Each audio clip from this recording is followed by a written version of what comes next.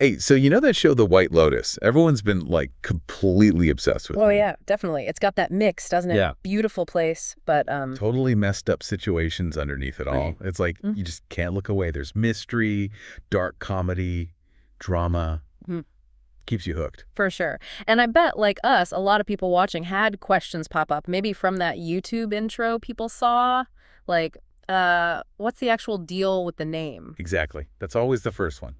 The White Lotus. What does it mean? Well, I mean, the simple answer is it's just the name of the hotel, right? The Okay. fancy resort. Okay, yeah, fair enough. Literal level, got it. Yeah. But come on, this show, it feels way too deliberate for just that. Right. And that's where this super analysis YouTube video gets really interesting. They basically argue the whole show is just packed with symbolism. So it's not just, rich people behaving badly on holiday. Apparently not, or not just that. The idea is that each character is kind of a stand-in, reflecting different bits of society, different human experiences.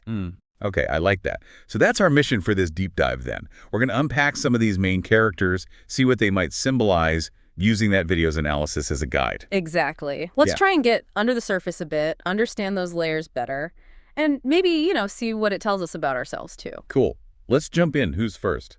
Armond, the manager. Yeah, Armond. The video calls him the cornerstone, which feels right. He's the super competent one, juggling all those demanding guests. Seems like he has it all together. We all know that type, right? Yeah.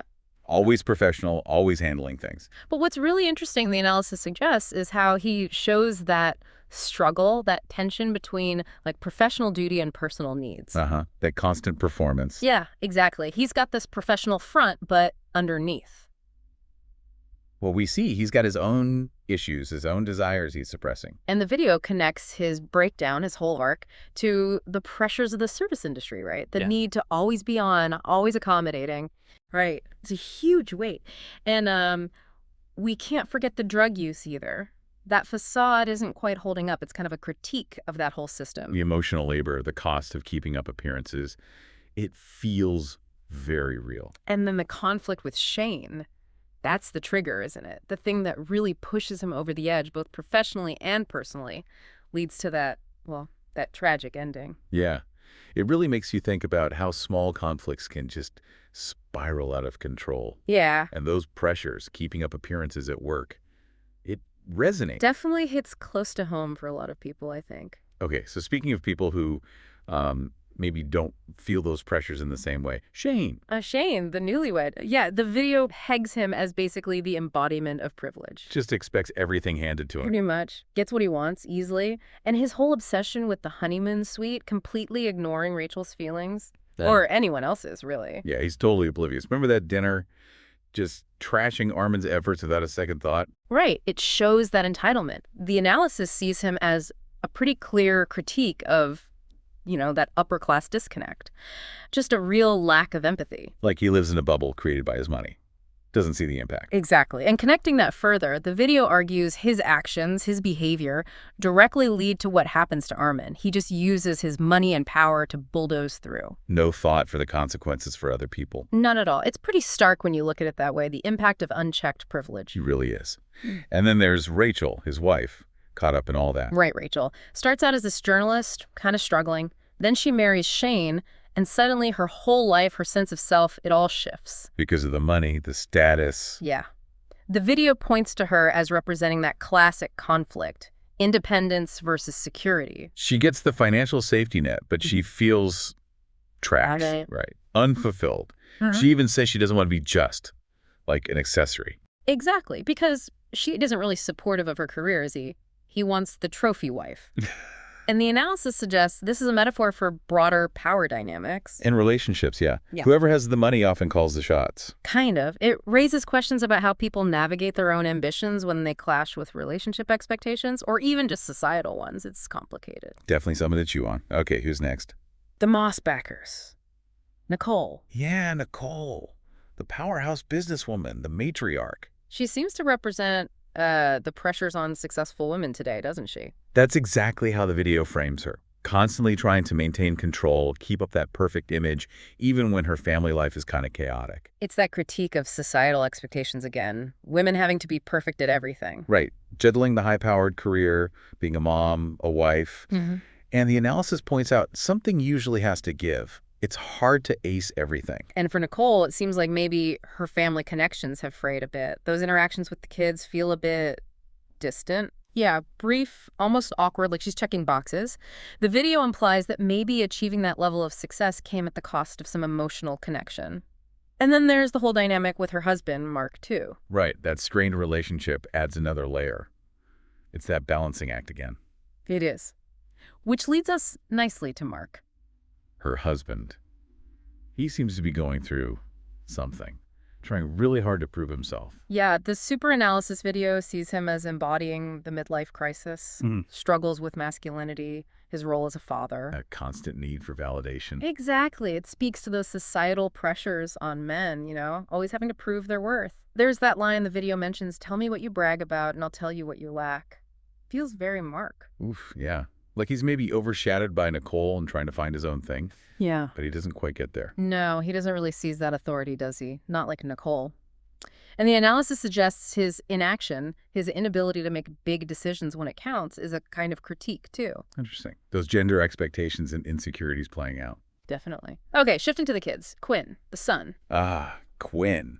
Starts off glued to his screen, totally zoned out. Classic teenager, right. The video presents him as representing modern youth, maybe struggling to find meaning beyond technology and social pressures. He's disconnected from his family, from the real world around him. But then he has that major turnaround, deciding to just stay in Hawaii, ditch the tech, embrace nature. That was unexpected. Totally. And the analysis interprets that as him rejecting all that noise, searching for something, well, more authentic, a real connection. Finding himself in nature, literally. Yeah. It's kind of a message about needing to unplug, reconnect with the world, maybe find deeper purpose that way. Pretty powerful shift for his character. It really is. Okay. Now, his sister, Olivia, she starts off pretty sharp-tongued. Olivia, yeah. Cynical, lacking obvious empathy. The video draws a parallel between her and Shane, actually. Oh, in what way? Representing privileged youth. That critical attitude may be stemming from a kind of emptiness that can come with wealth, perhaps linked to her parents being, maybe emotionally unavailable when she was younger. Interesting take. Like she has everything materially, but missed something crucial emotionally. Possibly. And her relationship with Paula, her friend. The video highlights the power dynamic there, too.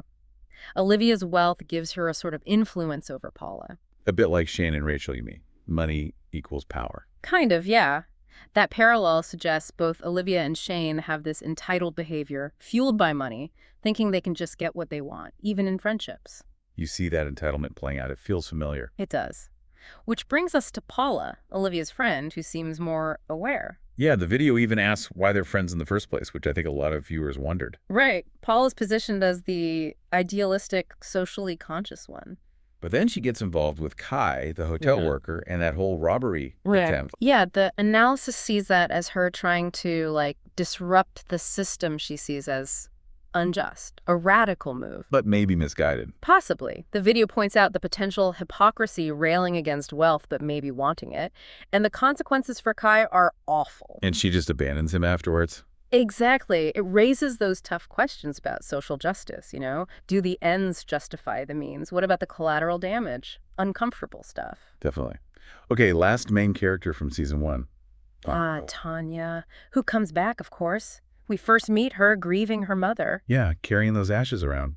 The video suggests she represents that struggle for peace, for acceptance when you're dealing with loss, and her relationship with Belinda, the spa manager. Oh, that was hard to watch sometimes. Yeah, it's a really stark look at power dynamics. Tanya kind of dangles this business opportunity in front of Belinda, maybe unintentionally giving her false hope. Belinda pours everything into it, thinking it's real. Exactly. But Tanya's interest seems tied to needing Belinda's attention and support right then.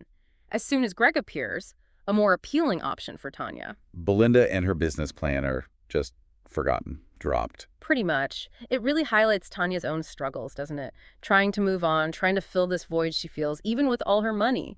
It's that classic money can't buy happiness thing, but also just the sheer complexity of grief and human connection. Absolutely.